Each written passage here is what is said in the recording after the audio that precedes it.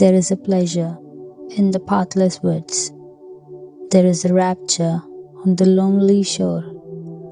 There is society when none intrudes. By the deep sea and music in its roar. I love not man the less, but nature more.